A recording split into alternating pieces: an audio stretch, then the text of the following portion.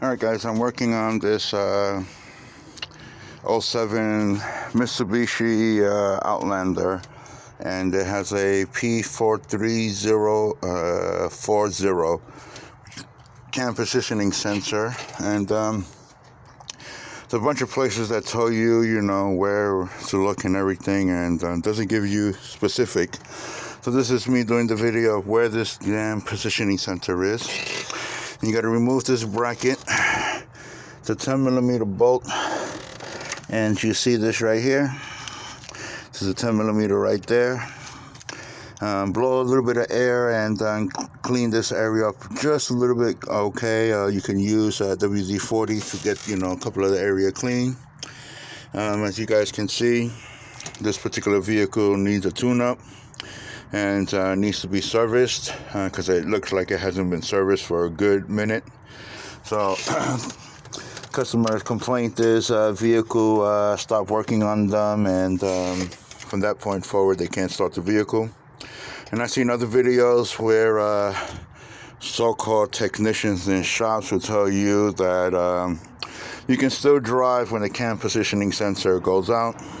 And I'm an engineer. I'm telling you no, okay? Even though I'm doing mobile tech services now, but I work for Nissan, I work for Honda, I work for GM and Boeing, General Dynamics, all tech. And I can tell you this: when you have one of these babies like this, which, let me go grab the new one right here. This is the new one right here. This is the replacement part number right here. Okay, so if technicians tell you out there that don't worry about it, you can run, the vehicle will run as long as you don't cut it off, do this to them. Like literally, do this to them. And I don't care what technician they are, whether they're dealership, mom and pop stores, or street technicians or street mechanics. Stick your middle finger out at them, because this is like a distributor cap with wires and rotors. This basically controls ignition, timing, and spark. Okay? Also fuel delivery. In some cases, depending on what model vehicle you have. But for this particular vehicle, this is your distributor cap right here that controls ignition timing to your ignition electronic coils, okay?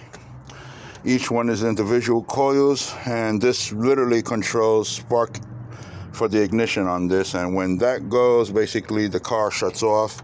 I've seen 4 videos already on YouTube and on Google about, you can run the vehicle without this as long as you don't shut the vehicle off.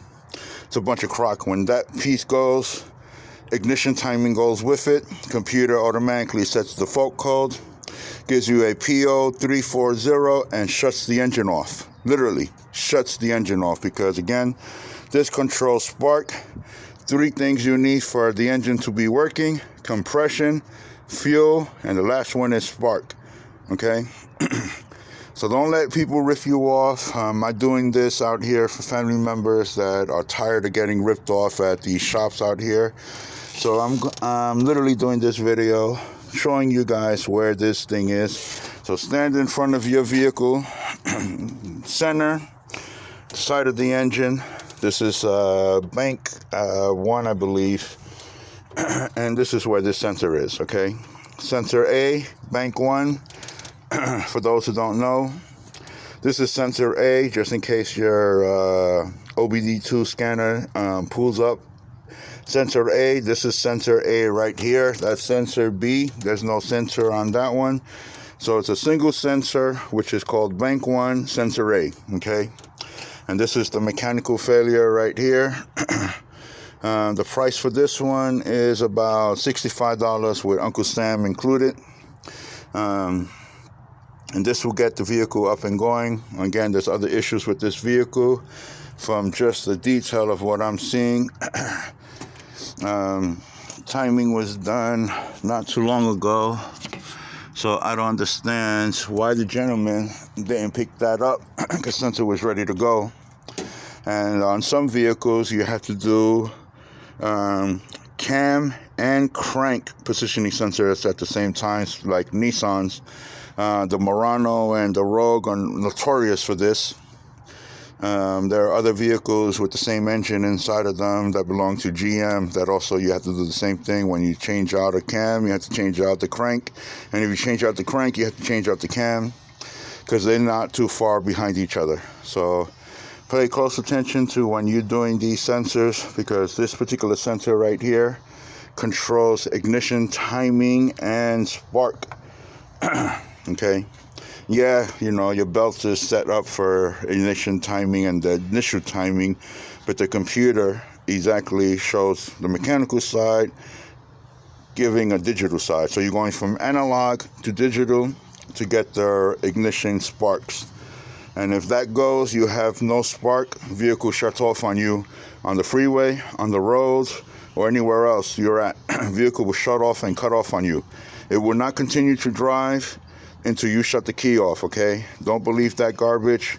Maybe for some of the other vehicles, like the American Ford POS, you know, piece of shit vehicles, will do this to you. But again, every vehicle that I've known, and I've been doing this since, let's say, 1992, when I had my LLC. And since 1992, M&K International has been doing nothing but big rigs. And since 2014, Pacific Tech has taken over and is doing vehicles. So this is why I'm telling you guys, as an engineer myself, I'm telling you guys, don't believe some of your technicians, because today's technicians about, you know, going into your pockets. I'm not going into your pockets. My thing is to get this thing fixed and get you going. Okay, and this particular vehicle is family member, cousins. And I treat this particular person like a family member, so I treat everybody else like family when she introduces me to the rest of her family. And I'm not going to go out there and cheat them, try to shit on them, or be inside their pockets. Okay. So again, 10mm bolt side. We'll remove this bracket right here. You have another 10mm bolt right there. Turn sideways, and she will come up. You know, you can press right here to release.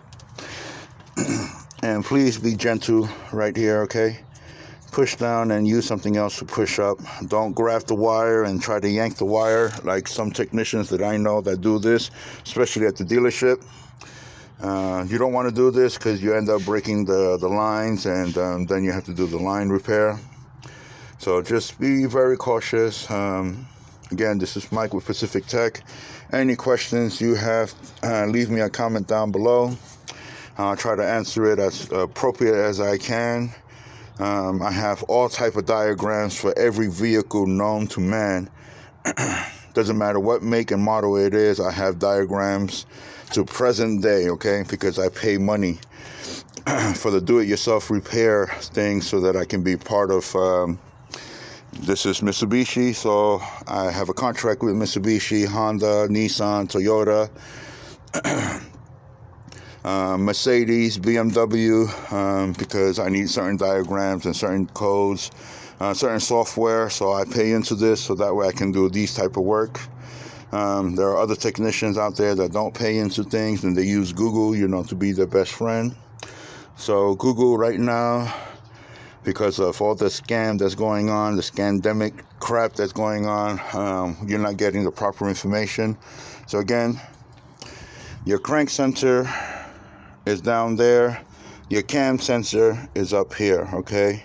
And you're going to get a lot of pictures that show you crank, and all constantly showing you the crank and next to the oil filter.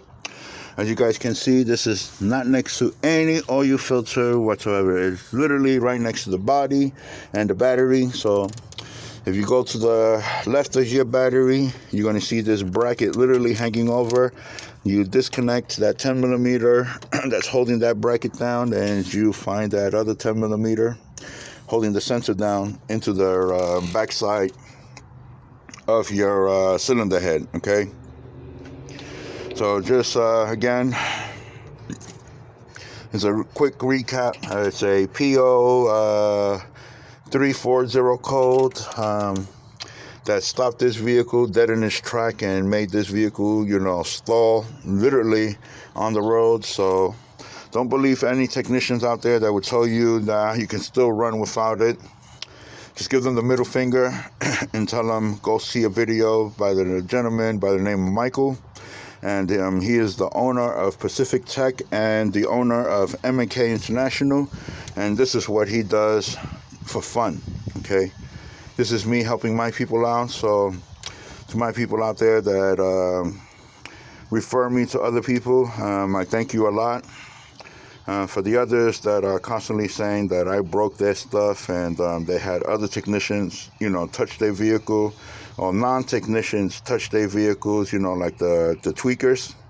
And then all of a sudden I come behind and find out that someone else was there before me and they're trying to say that it's, I did it. I'm very clean about my work, and every vehicle that I touch, I try to make videos on. I just haven't uploaded them to my channel yet. There's Anthony Falcon at YouTube, and then the other one is Pacific Tech at YouTube.